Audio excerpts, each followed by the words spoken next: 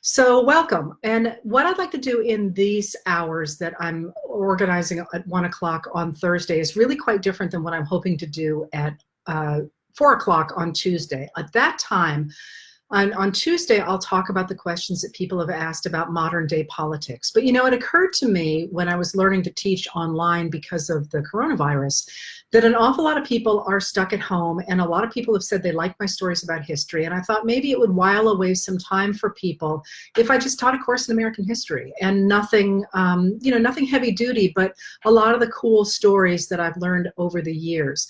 So what I'd like to do over the course of probably the next 8 weeks is to take a look at American history from the beginning to yesterday, which is quite an assignment, by the way, but to do it in such a way that it tells a story. And the story that I want to tell is organized around the material that is in my new book, but you don't have to, which is called How the South Won the Civil War, Oligarchy, Democracy, and the Continuing Fight for the Soul of America. But you don't have to buy the book to play along, if you will, because the themes that I talk about there are really the major themes of American history. And what I'd like to do is to talk about the stories I didn't get to tell in the book and the major themes that it raises that I think are vital for us to understand today.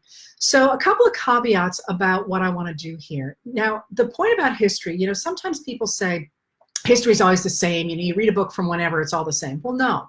What historians do is we take a look at how society changes and what are the themes that matter in a society.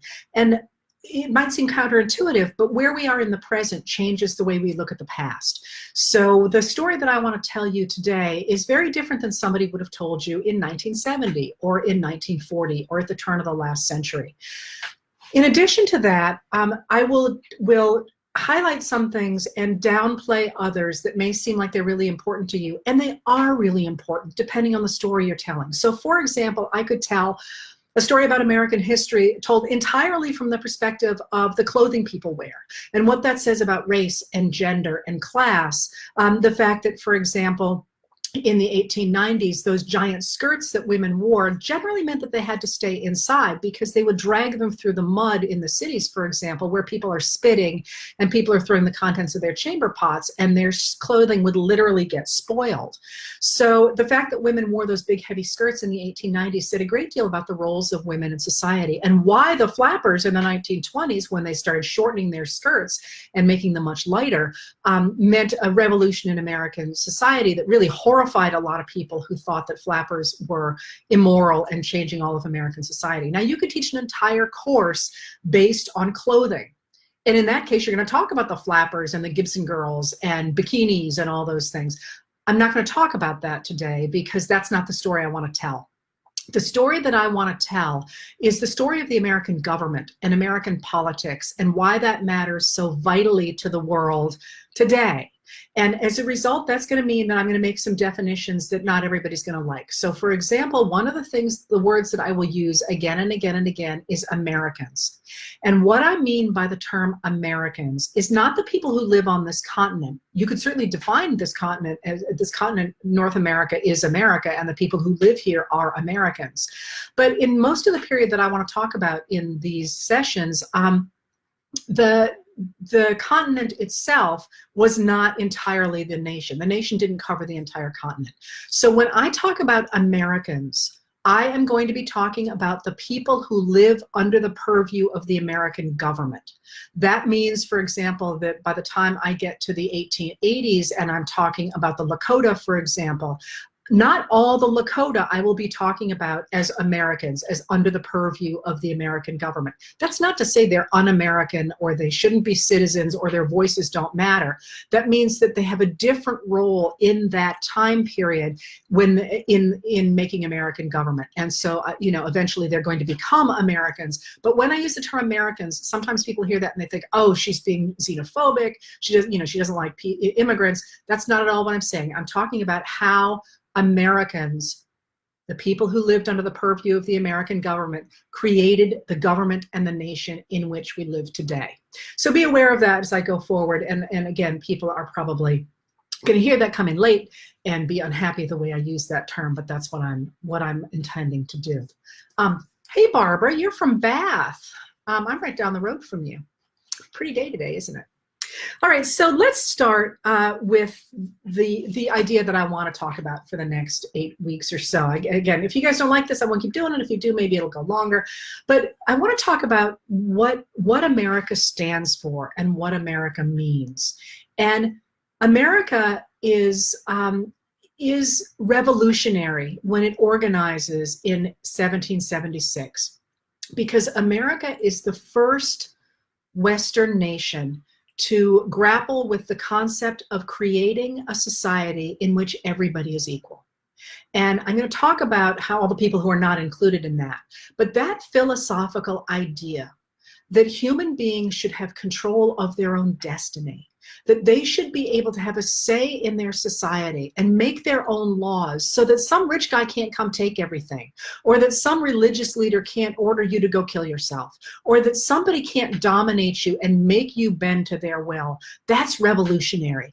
And that is why I care so deeply about the principles behind American society, because that idea of human self-determination, the idea that we get to choose our futures, seems to me to be the most profound principle that humans can live with, and that I cared so deeply about that I stay up until 4 o'clock in the morning writing the letters, because I want people to care as much about that fundamental concept of human self-determination as I do. And that's what America stood for. But you knew there was a but coming, right? But that idea that everybody is created equal from the very beginning, has excluded women and people of color. Those people were not included in the founders' definition of what it means to be equal. And that fundamental paradox in American society that I'm going to talk a lot about. So I'm going to talk about indigenous history and Chicano history and African American history and women's history and the history of politics and the history of white Southerners and the history of Chinese immigrants. That history that links equality to inequality is the great American paradox, that you can only have equality if you have inequality. And what I'd like to lay out for the next 8 weeks is the idea that that fundamental paradox, that troubling paradox that lays at the heart of the idea of human self-determination that was embodied in our Declaration of Independence, that paradox has given oligarchs the ability to destroy our democracy. That when we talk about having rights for African Americans or people of color or women, and lots of people say, well, that doesn't matter to me, I'm not one of those groups, they're wrong. Because by denying equality to people who were originally not included in the original concept of that everyone is created equal in the Declaration of Independence, we are giving oligarchs the ability to destroy our democracy. And they do so by, if you will, mobilizing a corollary to the American paradox. If equality depends on inequality, they argue that the opposite is true. If women and people of color come close to getting any kind of equality in American society, by definition, they will destroy equality for those people who had it originally, largely for white men. And that corollary to the American paradox, the idea that if people of color and women get rights and equality in American society, they will destroy America, has been the tool by which oligarchs have managed to undercut democracy on 2 important occasions in American history, in the 1850s and in the present. And I'd like to walk you through that particular argument through American history. So I hope that that sounds like it's of interest.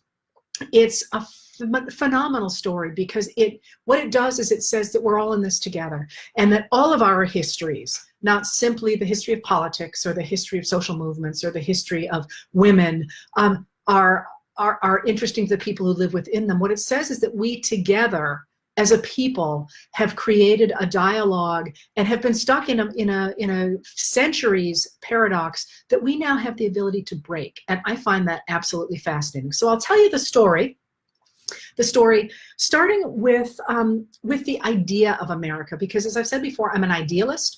I believe that you change society by changing ideas, and that often ideas are far more important than reality. What people think is happening is often more important than what really is happening. And you see this, and I hate to bring in the present, because like I say, I really want to focus on history in this. You see this in the present with a lot of people saying, this virus is nothing, it doesn't matter. Well, anybody who's reading any of the doctors or any of the epidemiologists or looking at anything that's happened in any other country is saying, the reality is we're in trouble. And they say, no, it doesn't matter, because they believe it doesn't matter. So I believe that the way people think about things really matters. And that means if you want to look at the way America started, you got to look at the way people thought about it. And that takes us back to Europe, and especially to England. And I'm going to be spending a lot of time talking about England, not because the original Euro-Americans who came here were English exclusively. They were not. There were individuals who peopled America from the Caribbean, from Africa, from all the European countries, and certainly the indigenous people who were here, all had a say in the original making of the colonies and then in the original making of America. But I'm going to focus often on England because for all the fact that there are all those voices, and there's a wonderful diary from a woman in the early 19th century who's going from a seaport on the Atlantic to Ohio and keeps a diary as she does it. And as she gets out there, she's like, you know what I want? I want to hear someone speak English. I haven't heard English the entire way across this new continent, which again, people say, oh, it's an English settled country. Well, no, she went the whole way from the East Coast to Ohio and by wagon and couldn't find anybody who spoke English. Now, I assume there were a few people that she heard, but for the most part, she's like, I'm so sick of hearing indigenous languages, that's not what she calls them, and German and all these different languages. I just want to hear English. So even though there are all these different voices, the reason I'm going to focus largely on England is because for all the fact there are all those ideas out there, the governmental system here in America is based out of England. It's the English who end up on the East Coast creating a political system that is going to become the United States of America. Now, I would love to do a different course someday that talks about the French settlement and Spanish settlement and the importance of indigenous peoples, especially in the middle of the country, but that's not today's job. Okay, so if that's the case, what does it look like? And I'm sorry, I find this so exciting because, well, I'll tell you why in a minute. What does it look like to be an English person in 1600? It's grim. It's really grim. And you know it's grim because you know what one of their favorite things to do was? Bear bait. Bear baiting was a big sport. And bear baiting was literally, you take a bear and you chain a bear to a tree and you set dogs on it and you see which kills the other one first. I mean, what kind of a people engages in that? People who believe that life is nasty and it's, it's full of people dominating others and who like blood sports.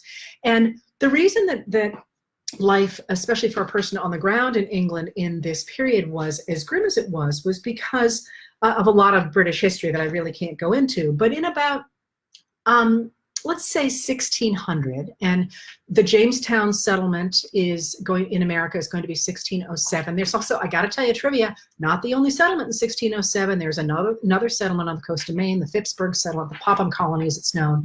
They give up and they sail home, but they do build the first ship, the first European-built ship in America. In 1607, which is a time to start, this is what life looks like for somebody who's on the ground. It's kind of nasty, and at the same time in England, and at the same time, the wool industry has collapsed in Britain in the early 1600s, which means that if you've had work in the cities, in Liverpool, for example, or in Bristol, or in London, you're out of work. You're likely out of work, and you're desperate for work, and you're hungry because there's really not enough food to go around. So you're searching for calories, and there's a great story there, but I think I'm going to hold off on it.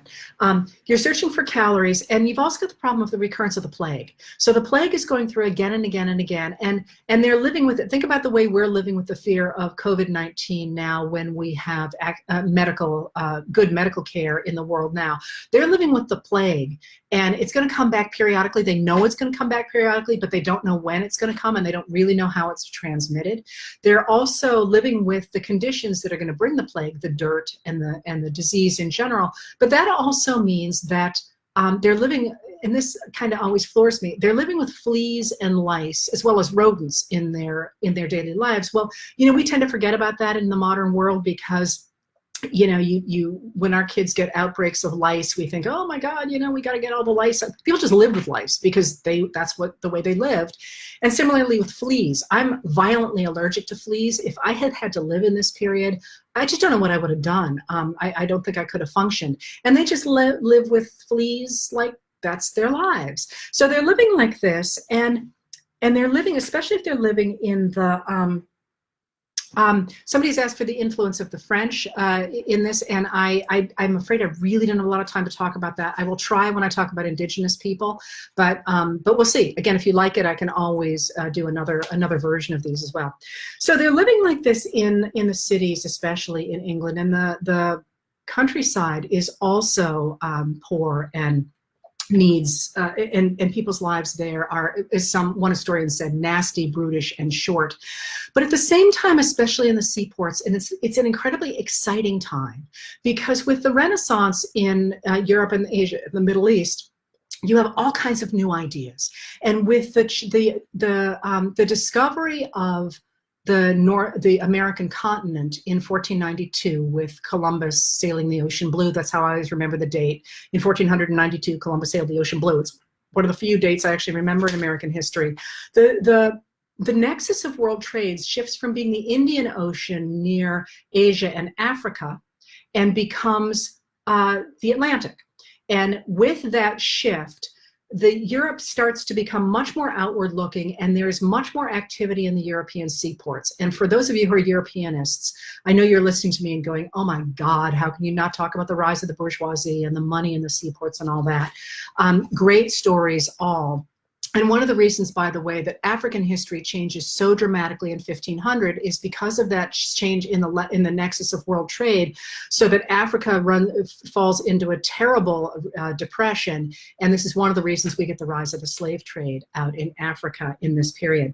But so what happens is that with these new ideas, especially coming to the seaports, you have all kinds of things. You have new people because they're traveling through the seaports, bringing new languages and new ideas from different continents, and from the Middle East, which has such an incredible history of mathematics.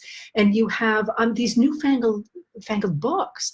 People are reading books again, and most people can't read books, but they know about the ideas that are in them. And actually, this is one of the interesting things in history, is that we think of the travel of books and ideas.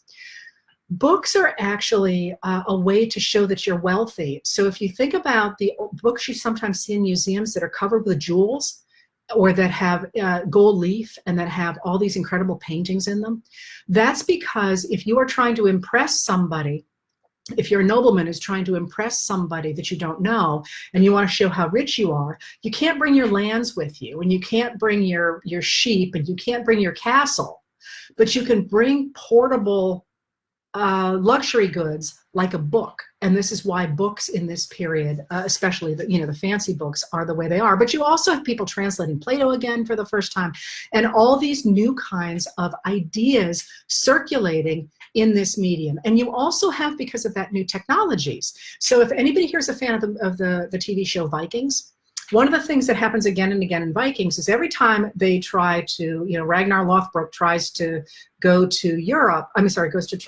tries to go to England, they get it stuck in a storm and all the boats swamp, and, Floki ends up on an island, and, all that kind of stuff. Well, think about those boats. Those boats are boats that were designed to be used in the Mediterranean, and so they have very low sides, and they are operated with oars, and their sails, to the degree that they use sails, have to go before the wind. They're flat, and that's to be used on the Mediterranean, where the winds tend to be steady depending on the season. Well, you can't use those kind of sails or those kind of boats in the Atlantic. So one of the major changes in this period is the development of a sail that enables you to cut into the wind as opposed to simply running in front of it. And once you have that, once you have sails that enable you to point into the wind and actually direct a boat as opposed to just going the direction the wind is blowing, all of a sudden the world is your oyster, as you're going to hear about in just a minute, a quotation from William Shakespeare, who's writing in this period. But once you get that those new sails, you also can raise the side of boats, get rid of the oars, and you're able to take on an Atlantic voyage. And this is going to be incredibly important, obviously, for the settlement of North America by Europeans, but especially by the English. All right, so there's all this new stuff going on. And the reason I want to start there is because the person who captures this best in this era is Shakespeare. And this is how I always remember when Shakespeare is running around, because I don't know about you, but those plays kind of seem timeless to me. And I'm exaggerating a bit, but you're never quite sure if he's writing when Jesus is alive or yesterday. And one of the ways that I grab hold of when Shakespeare is writing is by remembering that his final original play, The Tempest, as far as we know, his final original play is written about a shipwreck off the Bahamas, part of the settlement and the colonization of this new world. And so I always remember Shakespeare that way, by remembering that he's kind of contemporaneous with this settlement of America.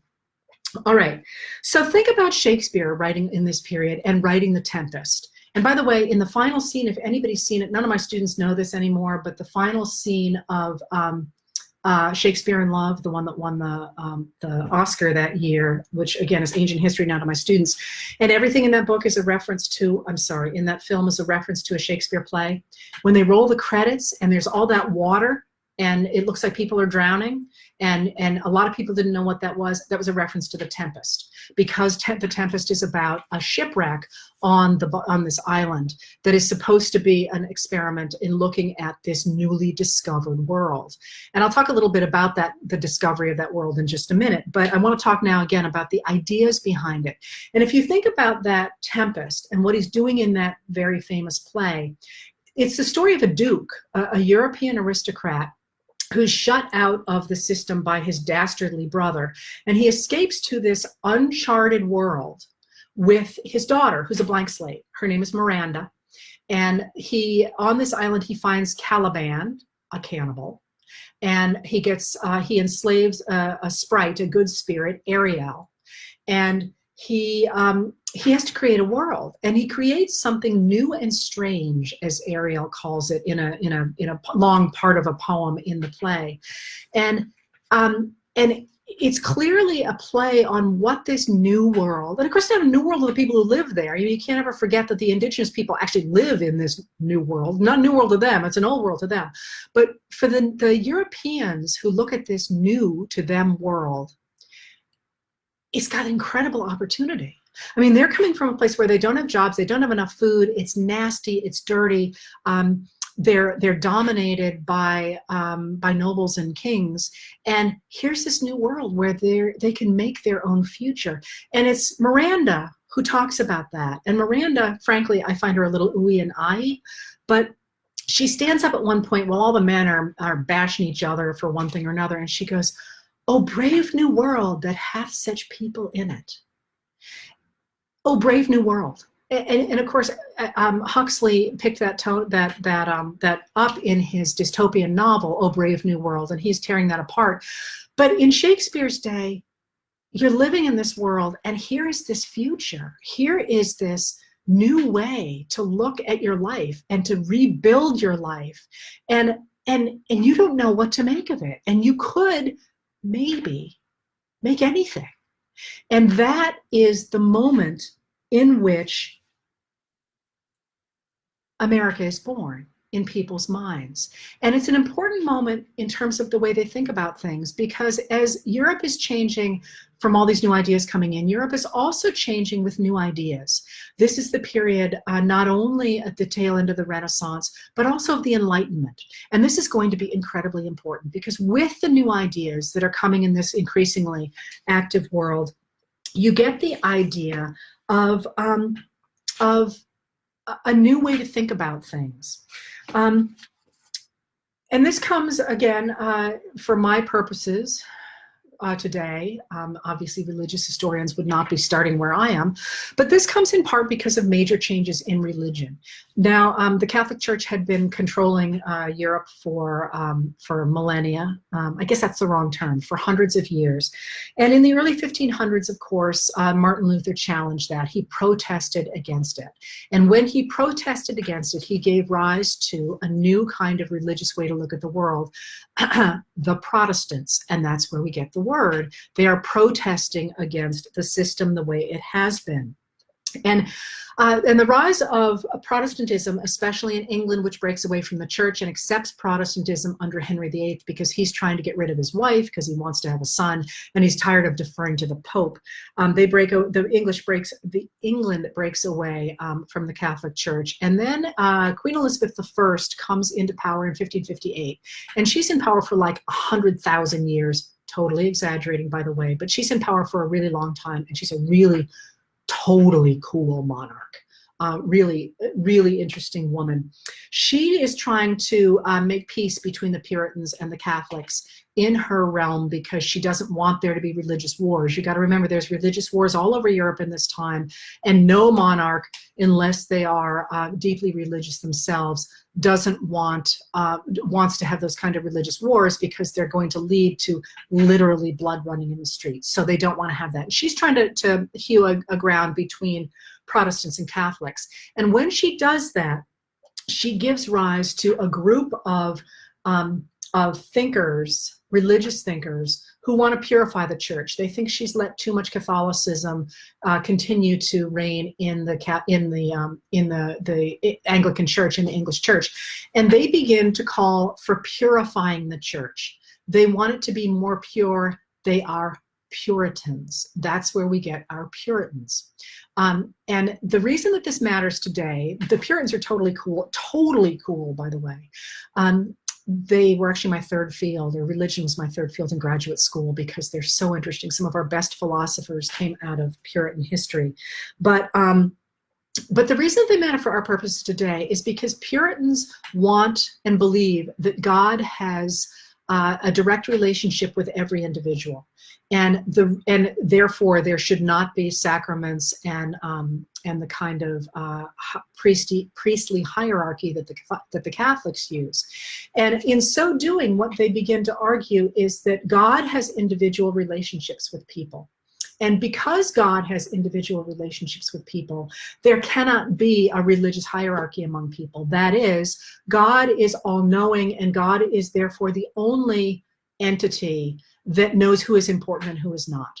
And therefore, in religious matters, every individual is responsible for his or her, in some fashion, salvation. But they also believe that you cannot know who has been saved and who is not, because God is the only person who knows everything. And because God knows everything, God knows how everything is going to come out in the end. So God already knows who's saved and who's not. And there's no way for humans who don't have that kind of insight to be able to tell who's been saved and who is not. So all that human beings can do is to try to reflect the fact that they are part of God's elect.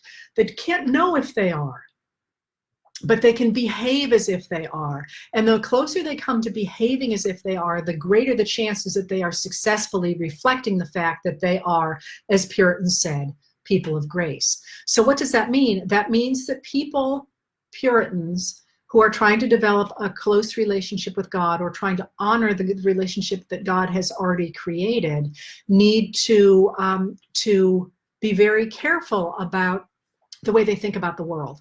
They must constantly learn. They must constantly be able to distinguish between the works of God in the world and the works of Satan in the world. What this means is that they constantly need to be learning, and they constantly need to be thinking. All right. So after Elizabeth I dies at 655 years old, I'm kidding, she doesn't live that long, but she does reign forever. Almost. The person who replaces her is King James I. And King James I recognizes early on that this whole Puritanism thing is a real problem for politics because of this. And Puritans don't go here, by the way, at first, but because of this. If God does not distinguish between individuals in the extraordinarily important matter of whether or not you're going to spend eternity in hell, I mean, there's nothing more important than that, right? Are you going to heaven or hell? If he doesn't distinguish among individuals in that realm, why should he care about politics? I mean, that's so much less important. I mean, how you spend the 40 years of your life, because people's lifespans are really short, here on earth, hoeing potatoes, is not anywhere near as important as how you're going to spend eternity in heaven or hell. So why should God care about politics? if he doesn't care about hierarchies in politics, if he doesn't care about hierarchies in religion?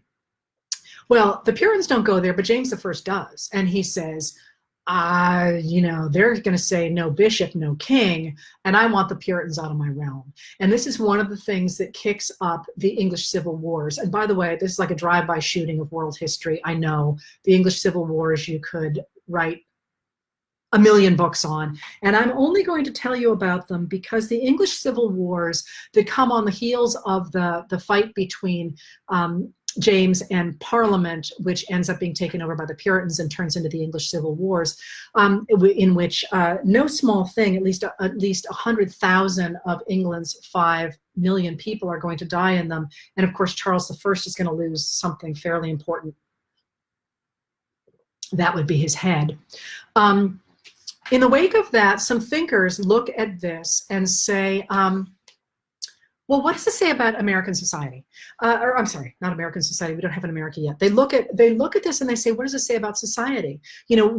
How do you handle the fact that these Puritans got power and they started cutting off people's heads? And how do you organize society in this moment? And this is where we get some of our great political thinkers. So we have, for example, Thomas Hobbes, who looks at the English Civil Wars and he says, people suck. And by the way, I paraphrase. He doesn't actually say people suck. He writes this long book about how people suck.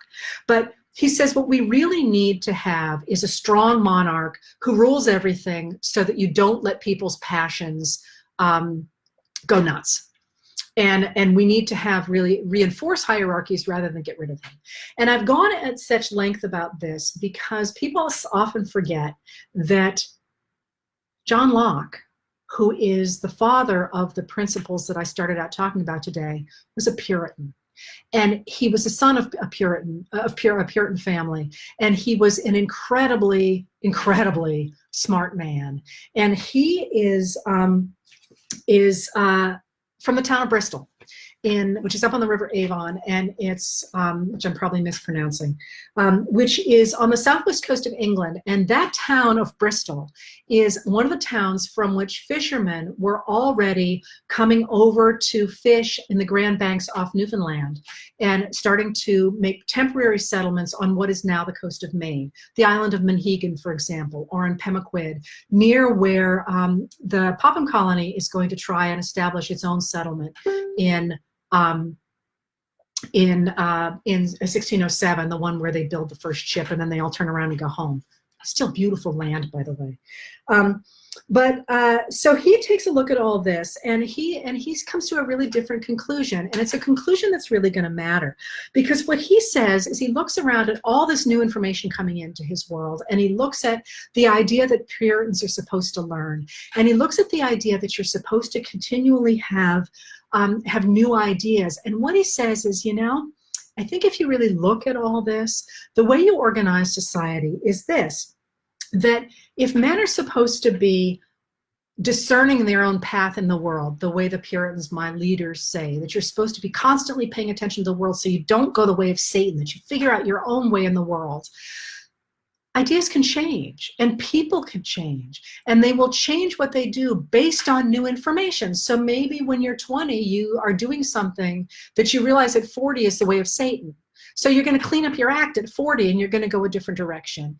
And if that's the case, then in fact, the traditions by which we live might not, after all, be the right ones.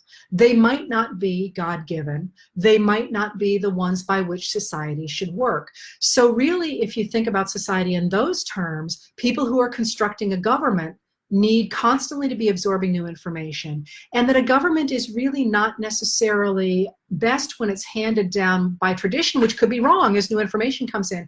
But government is a social compact among individuals to enable them to live together in peace.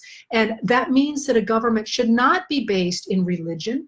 It should not be based in ethnicity. It should not be based in hierarchies. It should not be based in blood, in the kind of wars that have been happening through Europe. It needs to be based in laws, in the idea that things can change and that things should be able to evolve. Now, again, People who study Locke are going to recognize that that's really a very simplified version of Locke. But it matters because people began to follow his lead and began to say that maybe government shouldn't be directed by people who are born to it, but rather by people who are trying to make a better society. And they're going to pick that up, and they're going to be trying to search for how to do that. And this is the Age of Enlightenment, the idea that you're going to constantly be searching for new ideas. And the more we do that, and the more we look at facts, and the more that we try to establish the real rules by which the world works, the better our chances are of creating a society that serves everybody. And you will note, I hope, that that's the principle on which I write those nightly letters. You know, I'm not really trying to advance a political agenda. I'm trying to say, let's look at the facts as this one woman writing from her laptop understands them. Argue with them by all means, because as long as we're operating with facts, we have a chance to make the world a better place. So this idea of the Enlightenment, and he's writing his most important for our purposes treaty in 1690. And again, I'm just talking about ideas now. So when he does this, part of that is because of new ideas coming from America. America very much gets behind these ideas. And of course, I've jumped ahead now to the 1690s, and I'm going to go back to the earlier period as well. If you think about people like Benjamin Franklin is a leader in the Enlightenment. And many of the movers and shakers in early America are part of this Enlightenment idea. They're reading the same books. They're doing the same experiments.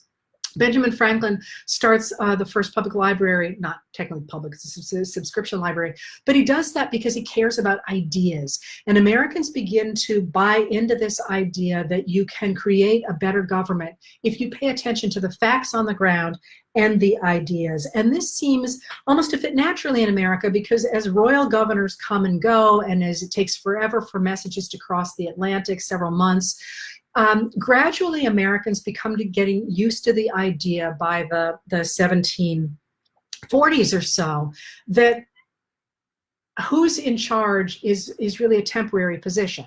That rather than saying our royal governor is going to be here and his sons are going to rule us and all that, you know, the royal governor's there for a while and then he gets recalled and somebody else takes his place for a while waiting to figure out what's going to happen, and then nobody likes him, so he retires and somebody else takes his place, and then the new royal governor comes and everybody loves him and he dies of smallpox, so then they have to wait and get another royal governor. Americans start to develop the idea, and of course they're still colonists at this point, start to develop the idea that political positions should not be based on hierarchies, but rather are offices in their own right. And this is and it doesn't really matter who holds those positions. And this is the ground in which American democracy is going to flourish. All right, so I just gave you a whole bunch of stuff now. You guys with me on this? I'm going to take that as a yes, and I'm going to push forward a little bit, because I would like to talk quite a bit more about how we get to the American Revolution. But I have painted this incredibly rosy picture of the American dream, if you will, the idea of human self-determination. And I want to talk in the future, because I've got 20 minutes left here, but I don't want to leave this on a totally everything's ducky and we're all gonna create the best world ever. And I would like very much to talk about how these ideas get written into the American government. I guess I'll do that next week. But I want to point out that for all the fact I've given this rosy, look at Benjamin Franklin, look at all these guys with these great ideas, those are ideas, and the reality on the ground in the new colonies is entirely different. And these two things are what's going to give rise to what I'm calling the American paradox. And that, of course, is going to start with the settlement of Jamestown in 1607. And the settlement of Jamestown is a really interesting thing in American history, because it starts with a company. I mean, the king would love to, I'm sorry, the British government would love to to have a settlement in this new world. But the Spanish are already here, and the French are already here, and the Spanish are really dangerous. Like, they're like pushing forward all the time. And they would like to have a settlement here, but they don't want to pay for it. I mean, one of the things about any new project that a government takes on is it almost always tries to find someone else to pay for it. So the monarch doesn't say, oh, sure, I'm going to take this on with the Treasury. The monarch says, let's make a company, and a company can settle this new settlement. And so they make the Virginia Company.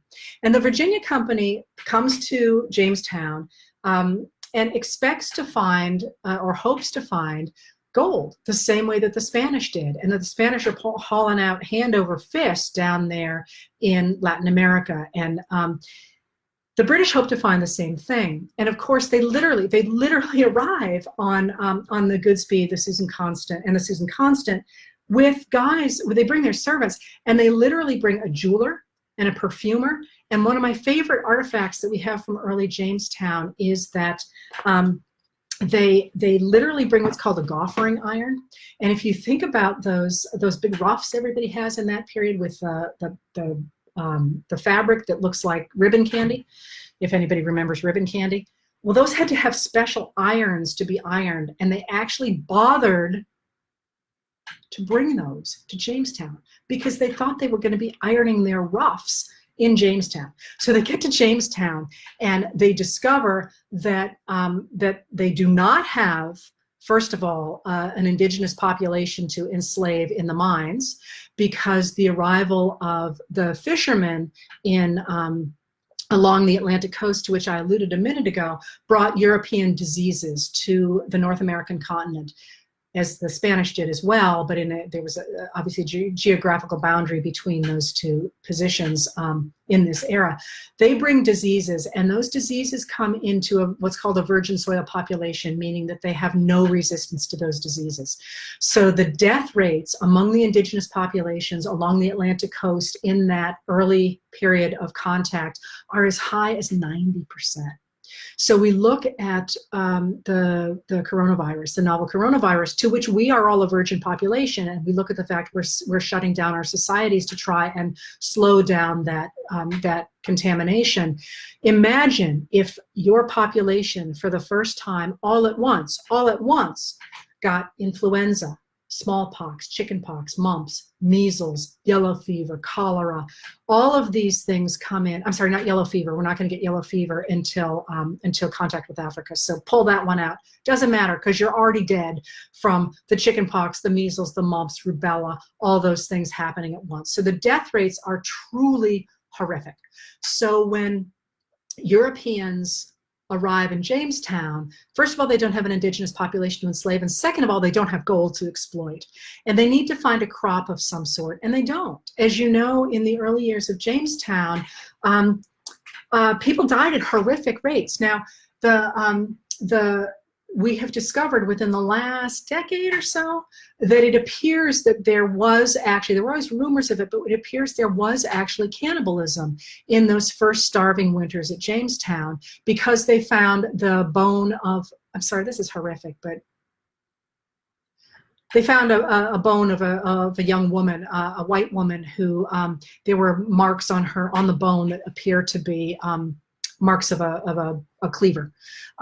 If anybody's interested, it's written about on the Jamestown National Park Service website. I'm pretty sure, at least it used to be. All right. There's also tons of articles about it. It was in the New York Times. It was in the Washington Post, because people were like, there have been rumors for a long time, but it appears it actually really happened. Anyway, so the reason that the death rate is so high in Jamestown is because, and I love this too, when they settled Jamestown, they go upriver and they want protection from the Spanish. So they go upriver far enough, up the river they named the James River, which was actually named the Powhatan River after the Powhatan Confederacy of the leader of the indigenous people in that region, who was trying to create some kind of safety and security for the people over whom he governed. And he had this huge problem that he had such extraordinary losses of life that he needed to kind of nail together some kind of a confederacy so that he could both cement his power by giving presents to people and to fight back against other warring tribes that were trying to take the resources from his his peoples. So in the Powhatan Confederacy, when he's trying to pull people together, the reason that he doesn't, you know, tell these English people to kill off the English people is that he needs all the support he can get. So he is willing at first to trade with them. And he looks at them and he goes, you guys are weenies. I mean, there's just no way you're going to survive on this continent. First of all, look at your clothing. You're wearing wool and these stupid ruffs, although they're not actually wearing the ruffs. They're wearing wool. In Virginia, when it's 90 degrees, Indians didn't actually like to be near English people because they stank so badly, because they wouldn't bathe, and they wore these heavy woolen clothes. They thought they were really nasty. They liked to see them outside rather than in any kind of enclosed exposure because they were nasty. But anyway, he looks at them and he's like, I can take care of these guys. They're not going to survive.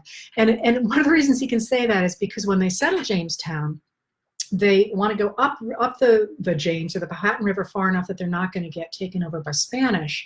But they don't want to go too far because they want to have access to the open ocean. So they go about halfway up the tidal portion of the river. And what that means is in the spring, when the snow melts and there's a lot of rain, the river washes clear and they're able to drink the water. But in the rest of the year, the James backs up, or the Powhatan backs up, and the Jamestown is right at the place where the backup happens. So the settlers are throwing their sewage and their dead animals and their waste into the river, expecting it to wash downriver. And the river is actually, when the water is low, washing back up. So at Jamestown, they're actually drinking salt water. It's contaminated with salt, which is not like table salt. It's poisonous. You can't drink it. And they're drinking sewage. And the Indians look at this and they're like, you guys are idiots. We're out of here. And they move up to the hills during the dry months. And they tell the English settlers, they're like, you guys are going to die. And they're like, well, you don't know anything. You're idiots. So we're going to stay here. And they stay here and they die like flies. And I would love to tell you more about that because it's actually really interesting. The company needs to turn a profit. Its company needs to turn a profit. They're not turning profit. And they come up with more and more and more draconian measures to try and keep people at work because they're sick. And they're not working, and everyone's going to starve, and then there's less and less food because nobody can work. And one of the things about the diseases they're getting, especially the salt poisoning, is that it saps your energy. So they're trying to work, but they can't. And at one point, the company directors come up with such draconian measures to try and make them work that eventually a new director comes in and he's like, stop this, you know, we can't kill people for not going to church. That's probably too much. Anyway, so these people need to find a reason to survive, and it looks like the company is going to go under because they can't. They don't find anything. And finally, they develop the use of tobacco. They adopt the tobacco, which is probably, interestingly enough, stolen from the Caribbean by John Rolfe. He is shipwrecked out there, trying to get back to the colony. He gets shipwrecked for a season on, I forget which island it is, but he then brings this tobacco to Virginia, and they find a reason to exist. Tobacco is disreputable in this period. It's a drug. It's not something that you want to be associated with. Instead of big pharma, big tobacco. I'm sorry, sometimes I tell my students that until the modern approval of cannabis, that it was kind of like growing pot. You know, it was not thought of as being a good thing. You didn't want to be associated with it. And I stopped doing that when I actually got a final once that said that all our founders were actually drug dealers, selling pot to everybody. And I'm like, okay, better not use that comparison again. But anyway, so they decide to use tobacco. And here's the problem with tobacco. Tobacco is, I mean, aside from the fact it's addictive and aside from the fact that it's a disreputable product in those days, the problem for my purposes today is that tobacco is really hard to grow. It's a lot of work, and you have to plant it, you have to weed it, you have to sucker it, cut the little suckers off it. You have to pull the bugs off it. It's very highly susceptible to bugs. You have to harvest it at a certain time, and then you have to dry it, you have to cure it, and then you have to bundle it, and then you have to wrap it, and then you have to sell it. And that is all extraordinarily hard work. And it's extraordinarily hard work in extraordinarily bad conditions. So there's huge money to be made in tobacco for sure in that early in that early, in early Jamestown, in the early Chesapeake region, but nobody wants to do it. So how are you going to get it done? The English are no longer so eager to hop over to America because their people are dying like flies, and you can get executed if you don't go to church enough for a brief period. So who are you going to get? Well, what you're going to get is really desperate people. And you're going to start by getting really desperate people who have maybe heard Shakespeare's plays. Maybe they've gone out to the theater known as the Wooden O outside of London. Or maybe they're just people who might have seen an indigenous person, an American Indian, exhibited as a captive on the streets of London, for example. Because when John Weymouth came down to explore the pine trees off the coast of Maine, he captured a number of Indians and took them back to exhibit them as curiosities in England. So maybe you've seen one of those people, or maybe you're just desperate, and so you decide that it's maybe worth taking a chance on this new land. And what you do is you say to either a ship's captain or an employer, "Yeah, I'll go over there and I'll work, but I'm skint. I got no money at all." And what they say is, you can indenture yourself. And what that means is you can say, "I will work for you for 6 years, and then I will get my freedom." And you will be known as an indentured servant. And those are who the indentured servants are. So you're going to go over as an indentured servant. Well, the indentured servants start to go over, and they discover, before tobacco, they discover that they're dying like flies. And lives don't really matter over there. And again, this is still a hierarchical system. They're working for somebody. They're a servant of somebody. They have to do what people say. They get whipped if they don't. They are served worse food. They're on a lower scale. And as soon as people discover tobacco, they've got a problem, because they don't really have enough English indentured servants any longer. Because as soon as English people back home hear that they're gonna die in these conditions in the New World, they're like, "No thanks, I'd just rather die here in London, where at least I can hear Shakespeare." So they've got a problem with that. And what's the first thing that the tobacco growers do is obvious. They need bodies, they need people. So what do? They enslave the indigenous people around them. So they literally enslave the Indians, and they say, you know, they're going to work for us for a period of time, and they're going to shortly change those laws. But the first people they enslave are the indigenous peoples, and that's worth remembering, obviously. But then, as desperate as they are to get more and more people, they in 1619, a pirate ship comes through, and the pirate ship has robbed another ship. And one of the things that's taken off of that other ship's cargo is a number of enslaved African Americans. And when those people come into to port, they are traded like cargo, and they are added to the workforce. They are enslaved African American workers who are added to the workforce of indigenous servants and enslaved indigenous peoples, who, by the way, you don't hear a lot about the enslavement of indigenous peoples on the Atlantic coast, in part because most of them, after Bacon's Rebellion, I shouldn't say most, because they're dying in large numbers, it's a little hard to keep track. Many of them, tens of thousands, get traded to the Caribbean. And so they kind of get off people's radar screen, but also because they're extraordinarily susceptible to lung diseases, and they tend not to live very long lives once they're enslaved. All right, so what happens? You have this system where you have people who are not enslaved, they're servants for 6 years or so. Then you have these enslaved African Americans. Nobody's quite sure how long they're enslaved for. And you also have enslaved indigenous peoples, and they're all working together. They're all running away together. They're all having children together. They're all drinking together when they can possibly create some kind of alcohol. They are committing crimes together, and they are a common cause, if you will, against their employers. So how does this play out? Well, I'm going to skip ahead a little bit to, somebody just wrote pot. Yeah, exactly. That's what I got on my finals. So I don't tell that story that way in classrooms. Because that's not, well, actually some of them were growing hemp, but that's another story. Anyway, so what happens is this. At first, this system works just great for the tobacco growers and the people who get control of the government of the colony, because the death rates. You know, if you have an indentured servant who's who's got a 6-year term or 7-year term, but people are dying at a huge rate. So the person's only going to live 5 years. It's a great system.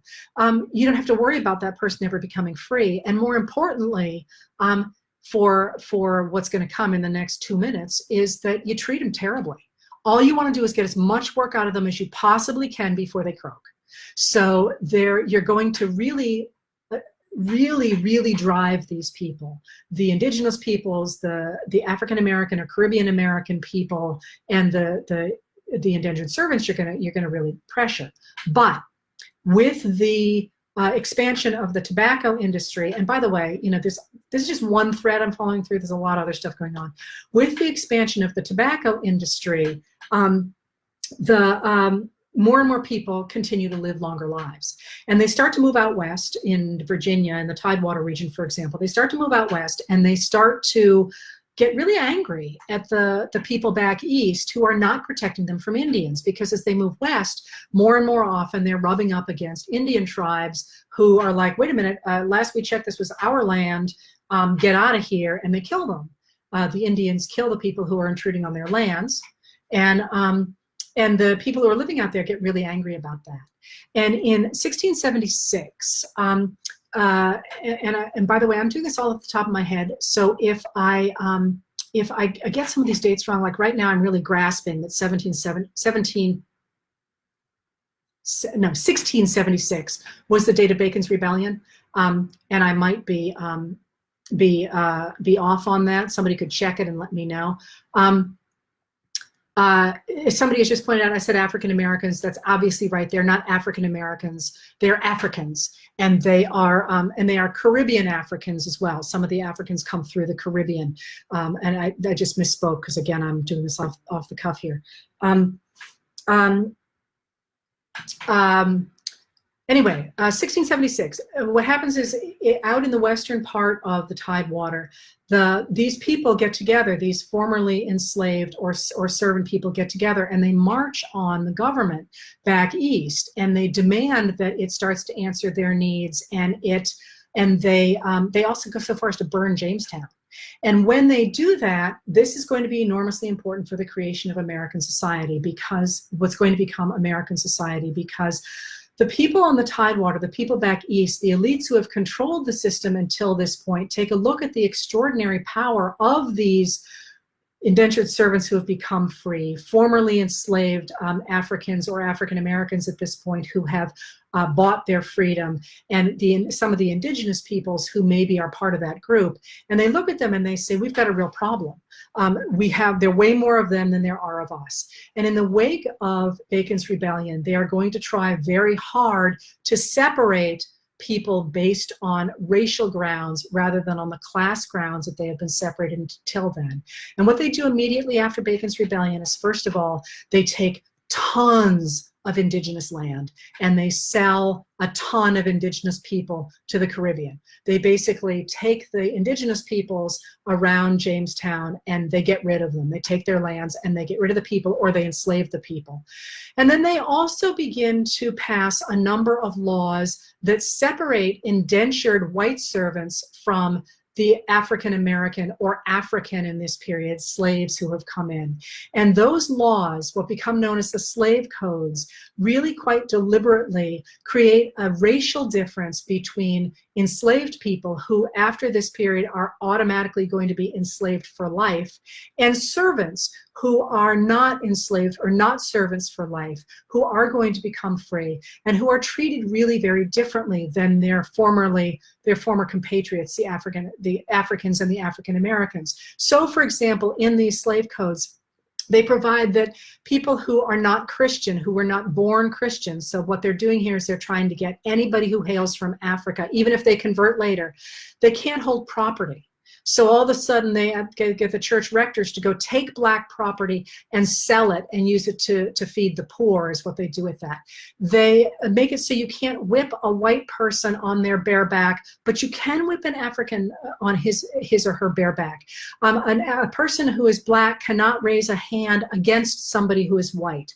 And what they do by putting these laws in place is that they manage to separate these formerly class lines along race lines. And part part of what they do then is they reach out to the former white indentured servants or the poor whites in their midst, and they say, hey, you're really one of us. You're really not like them. You're white like us. And there is this increasing attempt of the people who are in charge in the eastern part of the state to grab those disaffected white people and to bring them along as people who share an identity with the leaders of society because they have an interest that is different than the indigenous peoples or the African Americans or the Africans at the time. So why do we care about this? On the one hand, I gave you this idea of this we're all thinking these great thoughts from the Enlightenment, and this is amazing ideas about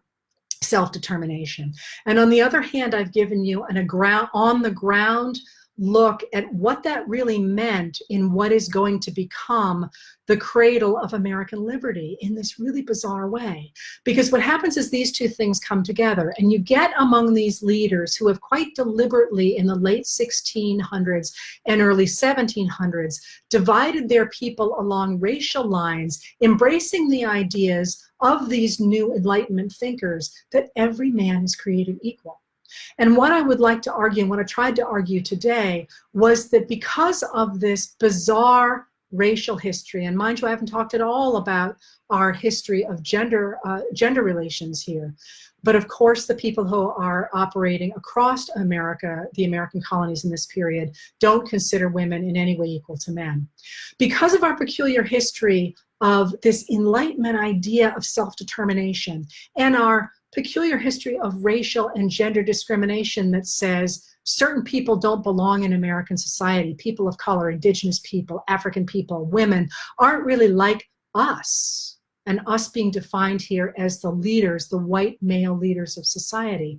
Because of this, we have this bizarre American paradox that says that all men are created equal, this incredible idea, so long as many of us are unequal. And that's the story that I would like to follow through to the present day. And I suspect many of you can see where I'll be going with this. Thank you for being along on this ride today. I hope it was interesting. As a reminder, my name is Heather Cox Richardson. I'm a professor of American history. I do not speak for my employer.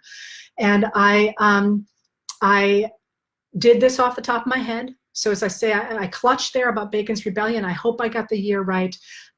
If I didn't, I'm sure somebody will correct me. And if you're interested in this, I'm going to do a couple of things. First of all, I will, and I won't say if anybody's interested, because I know a number of high school students are probably being tied to a chair to be made to watch this. I'm going to post some documents and things like you can actually read those slave codes I talked about. They're available online, but I know where they are and you don't probably, so I'll post those. So I'll put some stuff that you can follow along with if you're interested in this. This will be on YouTube, closed captioned. As soon as we can get that done. And finally, if you are interested in following along with this through the book, I'm not actually following the book religiously, believe me. But the new book, it's not out yet, but it will be soon. It's called How the South Won the Civil War, Oligarchy, Democracy, and the Continuing Fight for the Soul of America. Hope you guys had a good time. I did. I love these stories. I'm sorry somebody probably ate the girl at Jamestown. But there'll be good stuff happening too. And if you liked it, I will see you next week, same time, same bat channel. Thank you very much.